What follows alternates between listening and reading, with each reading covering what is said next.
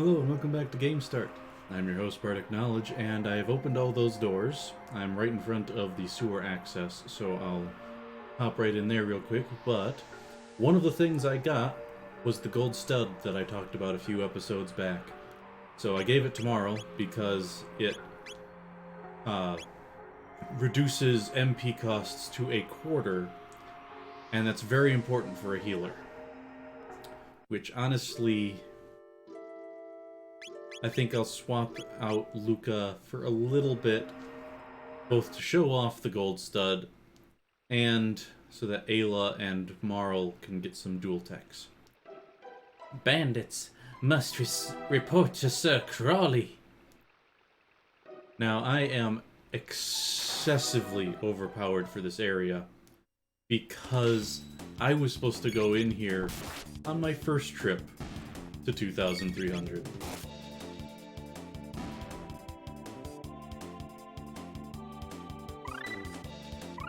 And we got all those dual techs done up. Because I haven't had Marl in the party in a long time. Oh, yeah, these guys. See if I can do the voices right. There was a bridge here. I saw it. Cool. There's nothing here. Let it go. Come on. No. Not doing those voices again. It is hard to talk while inhaling.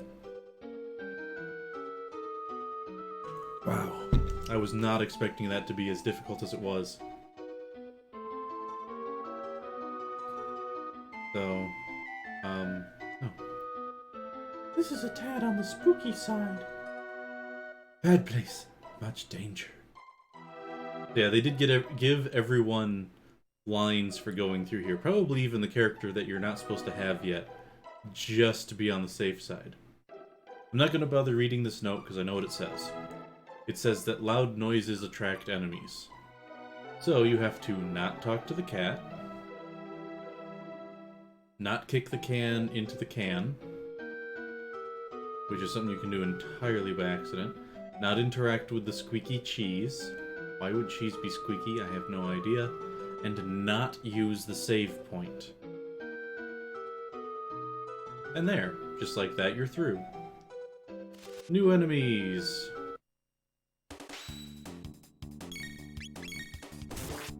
And they're Egders.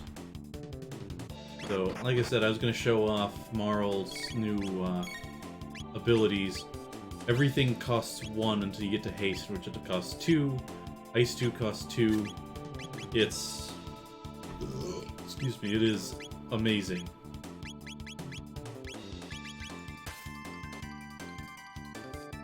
Oh, apparently Marl's not strong enough to one-shot a Negator. But let's actually swap some people around so we can get lots of dual techs done up. We haven't had Glenn and Ayla in a party together. Come on. Oh, I know we can go through there. Or is it only something we can go through from another side? Notice, go around back and press the switch. I was trying to. It wouldn't let me through. There it goes. I had to be below the line. There.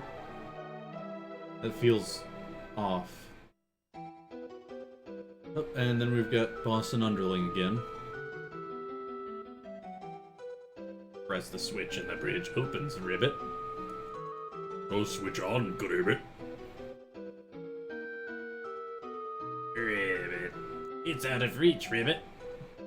And you call yourself a frog, Ribbit. Ribbit. Someone's coming. Let's scram, Ribbit. Yeah, that was a lot better. It is amazing that there are people who can do the inhalation speak without any troubles whatsoever. Rage Band, which, if I remember right, causes Berserk, basically. Oh no, that's the one that lets you counterattack.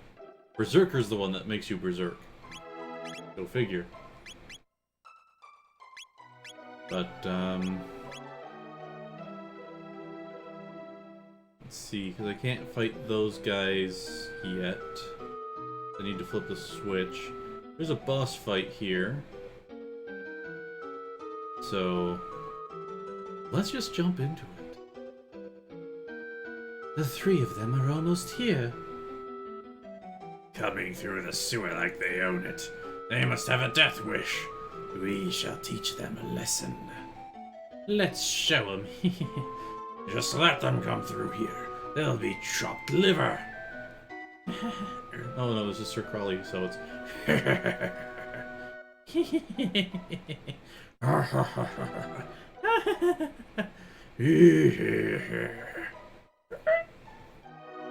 And the guard leaves Crawley on his own. Huh? Yeah, we're gonna be none of those things, because we're crushing you. Or, he only said one thing, didn't he? Yeah, we're just gonna crush him with regular attack.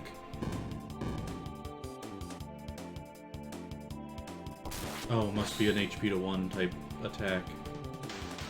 Look at that! 1 hit!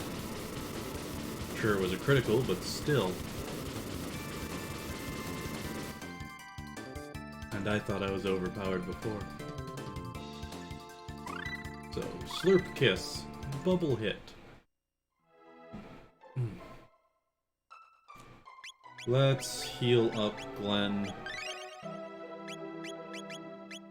And then, as noted, we're cycling people around so we can get different dual techs registered. And I'm going to bypass that ladder for the moment so I can pull... Ooh, the bolt sword. That's out of date. Pull this lever, which creates a shortcut. And I think... Yep, it opened up that bridge, which means it also should have opened up that one, letting me fight those 2 Ectors. Oh, nope, it didn't. Wonder how I get across there. Okay, now up the ladder. Oh.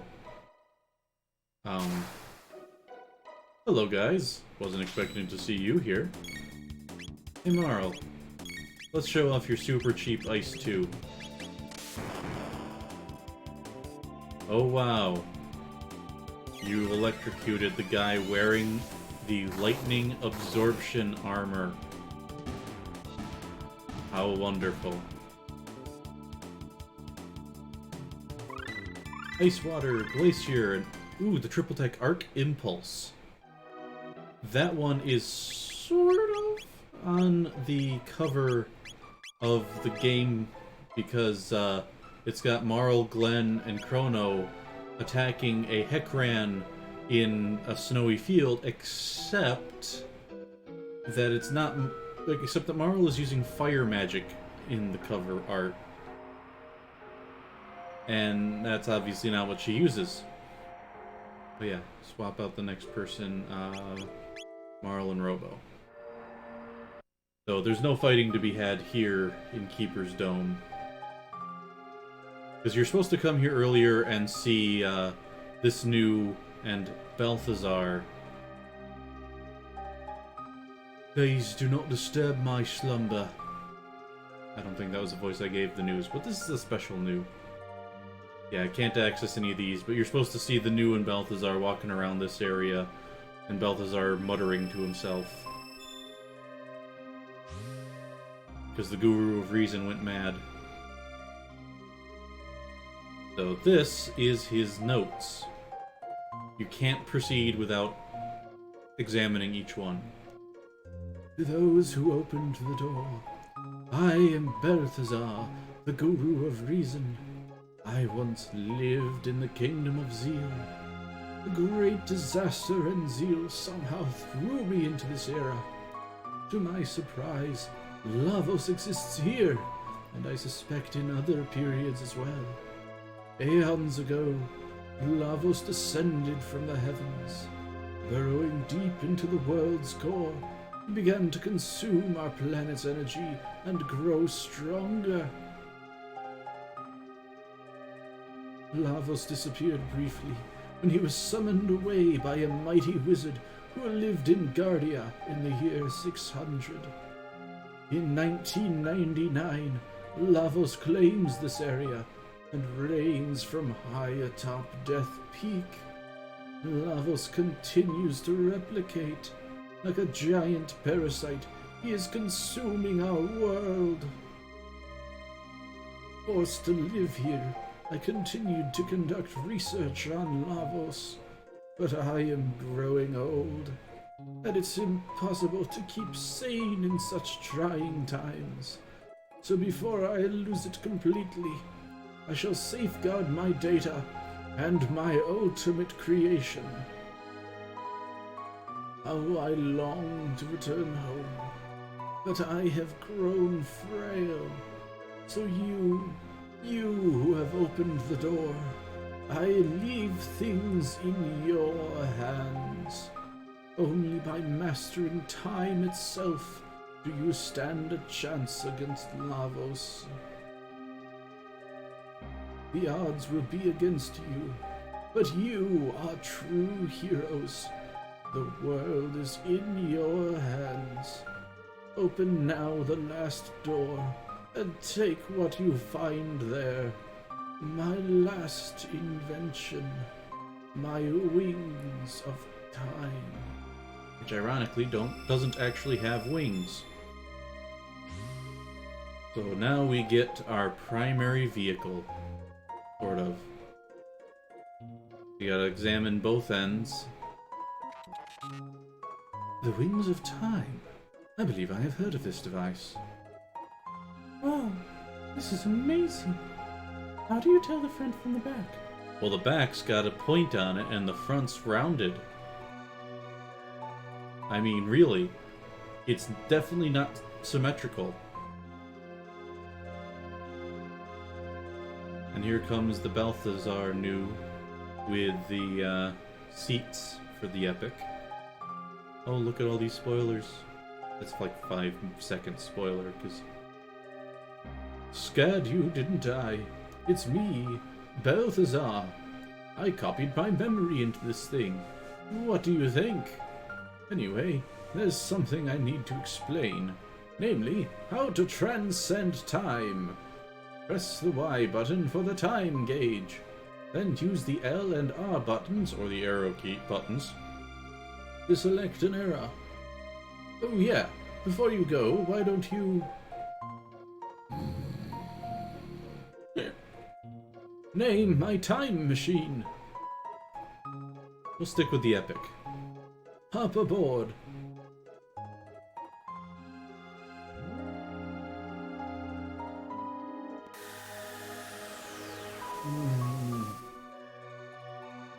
Let's go. So we can pop back to the end of time, go to the apocalypse, or wherever else we've been. But I think we'll continue the story. Hop on back to the Dark Ages.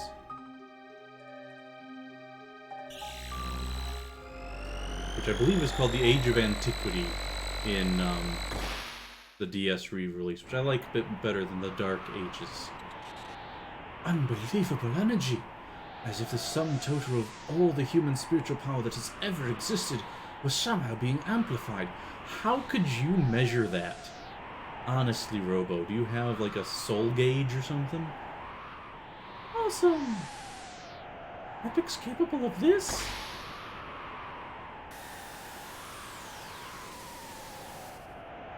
And we are back. And it's still sealed. So, as noted, the epic as it is now it can't really travel through anywhere but time. So it will always show up in the same spatial location in different temporal zones. But we are approaching the end of this episode. Got a bit of mustache in my mouth. So I will stop here before I enter the Earthbound village and catch up with it in the next episode. So till the next, live well.